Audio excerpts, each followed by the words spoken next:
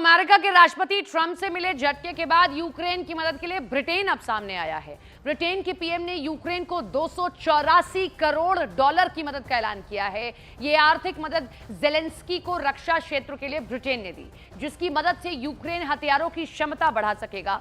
असल में एक दिन पहले ही अमेरिका में राष्ट्रपति ट्रंप को आंखें दिखाने वाले जेलेंस्की लंदन पहुंचे। यहां जेलेंस्की ने ब्रिटिश प्रधानमंत्री की स्टारमर से मुलाकात की, जिसमें स्टारमर ने दोहराया कि ब्रिटेन अंत तक यूक्रेन के साथ कंधे से कंधा मिलाकर खड़ा रहेगा और यूक्रेन के लिए आर्थिक मदद का ऐलान भी ब्रिटेन ने कर दिया है।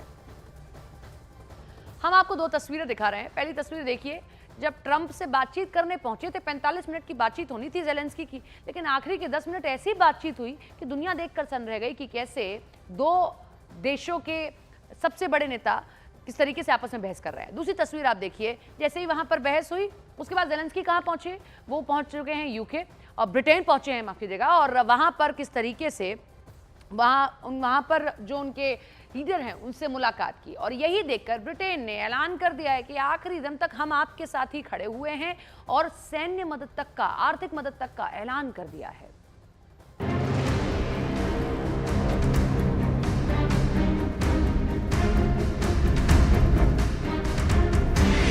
अमेरिका ने ठुकराया, यूरोप ने अपनाया। You're playing cards. You're gambling with the lives of millions of people. You're gambling with World War III.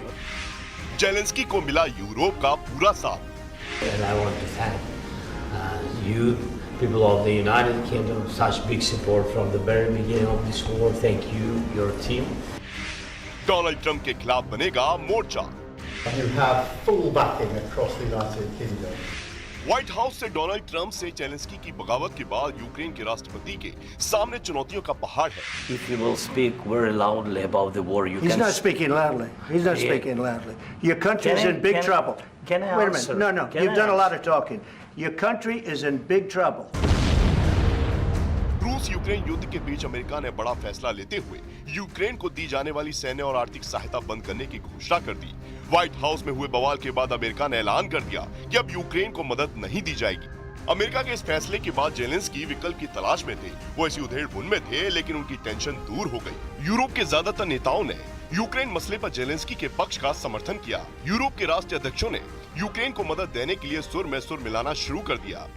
Ukraine's accession to the European Union will be the most important security guarantee for the future of Ukraine. यही नहीं, Trump से बहस के बाद Zelensky की मुलाकात British प्रधानमंत्री कीर Starmer से हुई और इस मुलाकात का अंजाम ये रहा कि ब्रिटेन ने एक बार फिर से दोहराया कि वो अंतर यूक्रेन के साथ खड़ा रहेगा।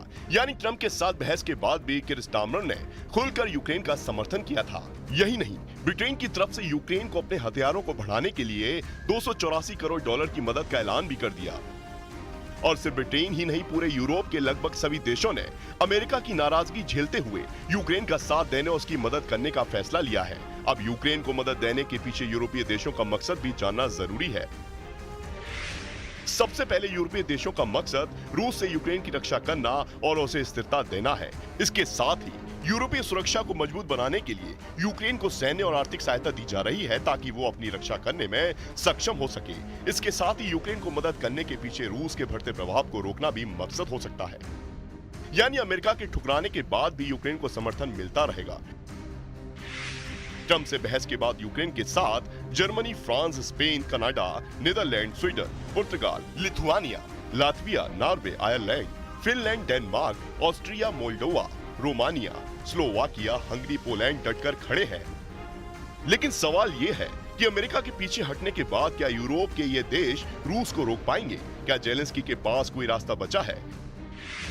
यानी इन सबके बीच जेलेंस्की को यूरोपीय देशों से रक्षा और वित्तीय सहायता बढ़ाने की कोशिश करनी चाहिए। यूक्रेनी जनता और सेना के मनोबल को बनाए रखना जरूरी है।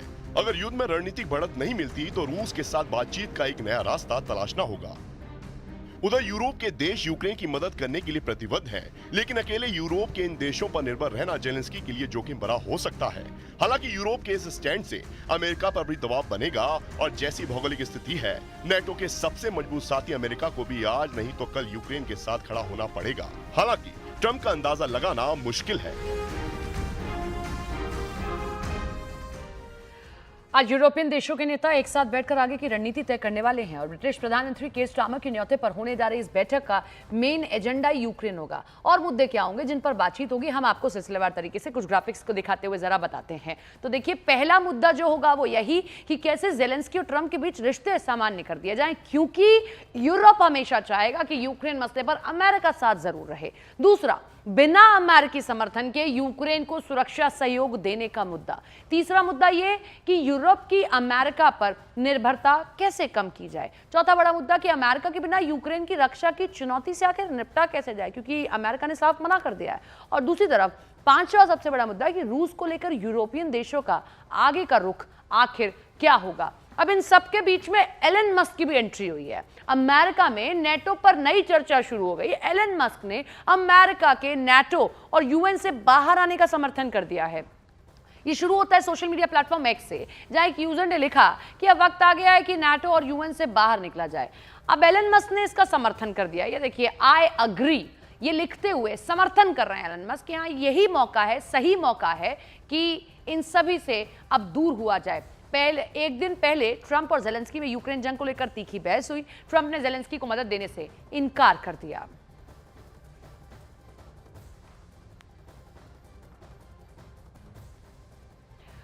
अब आपको दिखाते हैं कि आखिर शुक्रवार को अमेरिका के राष्ट्रपति डोनाल्ड ट्रंप और यूक्रेन के राष्ट्रपति के बीच तीखी बहस क्या हुई, जिसके बाद अमेरिका यूक्रेन को मदद देने से इनकार कर रहा है।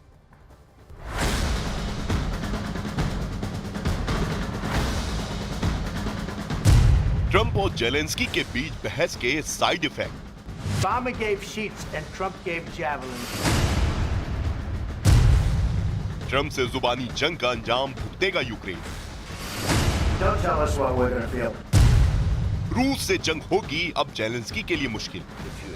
God bless. You don't know. विश्व के super power centre white house में ट्रंप और जेलेंस्की के बीच जुबानी जंग का अंजाम यूक्रेन के लिए अच्छा नहीं होने वाला है। ऐसा इसलिए क्योंकि आशंका है कि डोनाल्ड ट्रंप रूस के खिलाफ जंग लड़ने वाले यूक्रेन को मदद कम कर सकते हैं। हालांकि इन सब आशंकाओं के बावजूद यूक्रेन के राष्ट्रपति के तेवर बरकरार है। ट्रंप से तीखी बहस के बाद जेलेंस्की ने अमेरिका के सामने न झुकने का ऐलान कर दिया। सवाल, क्या आपको ट्रंप से माफी मांगनी चाहिए? जेलेंस्की, नहीं। सवाल, क्या ट्रंप पुतिन के बहुत करीब है? जेलेंस्की, मैं चाहता हूं कि ट्रंप बीच में रहे। मैं चाहता हूं कि ट्रंप हमारे पक्ष में रहे। इधर ट्रंप और जेलेंस्की के बीच जुबानी जंग हुई, उधर करीब 8000 किलोमीटर दूर मॉस्को में पुतिन की बाछें खिल गई। फौरन रूस की तरफ से आधिकारिक बयान आया जिसमें कहा गया कि ट्रंप और बेंस ने उस बदमाश पर हमला करने से कैसे खुद को रोका, ये संयम का चमत्कार है। मुझे लगता है कि जेलेंस्की का सबसे बड़ा झूठ व्हाइट हाउस में उनका ये दावा था कि 2022 में कीव शासन अकेला था, बिना किसी समर्थन के। यही नहीं, ट्रंप के साथ यूक्रेन के राष्ट्रपति की तीखी बहस का एक और साइड इफेक्ट दिखा। यूक्रेन के दूसरे सबसे बड़े शहर खार्किव पर रूस ने ड्रोन से हमले कर दिए। खार्किव पर एक साथ 9 रूसी ड्रोन ने चिकित्सा सुविधा और अन्य ठिकानों पर हमले करने शुरू कर दिए। इस हमले में यूक्रेन को काफी नुकसान हुआ और 7 लोग बुरी तरह से घायल हो गए।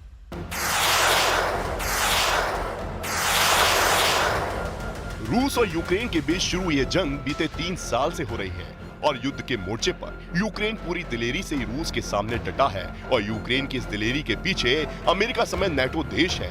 लेकिन अब इस समय जब व्हाइट हाउस में डोनाल्ड ट्रंप की सीज फायर वाली बात मानने से जेलेंस्की ने इनकार कर दिया तो आशंका प्रबल होने लगी है कि अमेरिका यूक्रेन को दी जाने वाली सैन्य मदद से अपना हाथ पीछे खींच लेगा।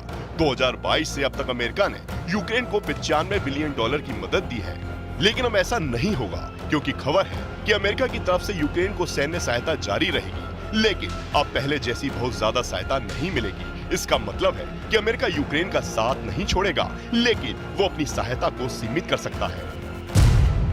इसकी एक वजह यह भी है कि यूक्रेन के आसपास कई नेटो और नेटो समर्थित देश हैं, जिसमें मोल्डोवा, रोमानिया, हंगरी, स्लोवाकिया और पोलैंड शामिल है। और अगर रूस के खिलाफ युद्ध में यूक्रेन कमजोर पड़ जाता है तो ये संभव है कि रूस के टारगेट पर सीधे नेटो देश आ जाएंगे।